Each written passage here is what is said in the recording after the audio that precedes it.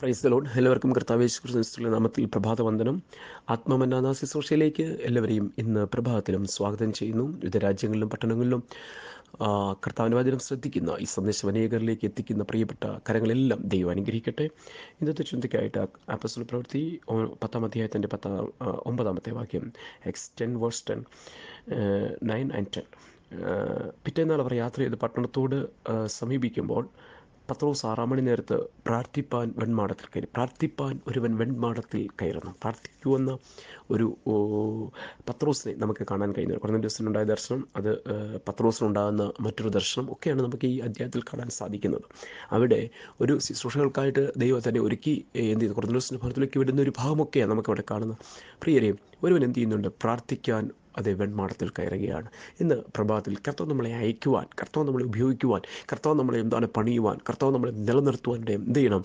പ്രാർത്ഥനയ്ക്കായി വെൺമാടങ്ങളിൽ കയറണം. എന്താണ് പ്രാർത്ഥന മുറികളിൽ നമ്മൾ സമയങ്ങൾ ചിലവഴിക്കുമ്പോൾ ദൈവം നമുക്ക് വേണ്ടി ചില വാതിലുകൾ തുറക്കപ്പെടുന്ന നമുക്ക് കാണാൻ കഴിയും.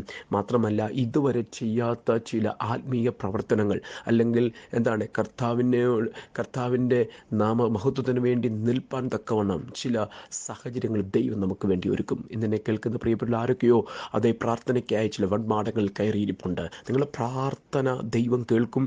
എന്ത് ചെയ്യുന്നുണ്ട്? അവിടെ കൊർന്നേലിയോസ് അയക്കുന്ന ദൂതന്മാർ, അല്ലെങ്കിൽ കൊർന്നേലിയോസ് അയക്കുന്ന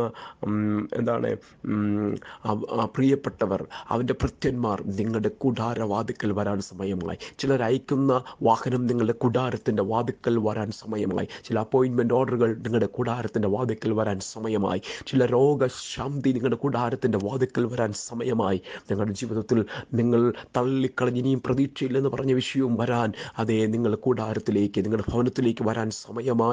കാരണം നിങ്ങൾ പ്രാർത്ഥിക്കുവാൻ വെൺമാടത്തിൽ കയറുന്നതുകൊണ്ട്. ഈ ദിവസങ്ങളിൽ പ്രാർത്ഥിക്കുവാൻ, പ്രാർത്ഥനാ കൂടാരത്തിൽ കയറുന്ന എത്ര ദൈവമക്കൾ ഇതിനകത്തുണ്ട്.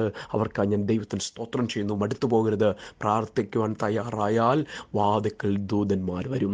വാതിക്കൽ നിന്നെ ക്ഷണിക്കാൻ ചിലത് വരും. അങ്ങോട്ട് പോകേണ്ട, ക്ഷണിക്കാൻ ഇങ്ങോട്ട് വരത്തക്ക നിലയിൽ ഒരു ദൈവപ്രവൃത്തി നമുക്കുണ്ട്. പ്രാർത്ഥിക്കാം. പിതാവേ, വചനത്തിനായി സ്തോത്രം ചെയ്യുന്നു. എല്ലാവരെയും അനുഗ്രഹിക്കണം യേശുവിൻ നാമത്തിൽ തന്നെ.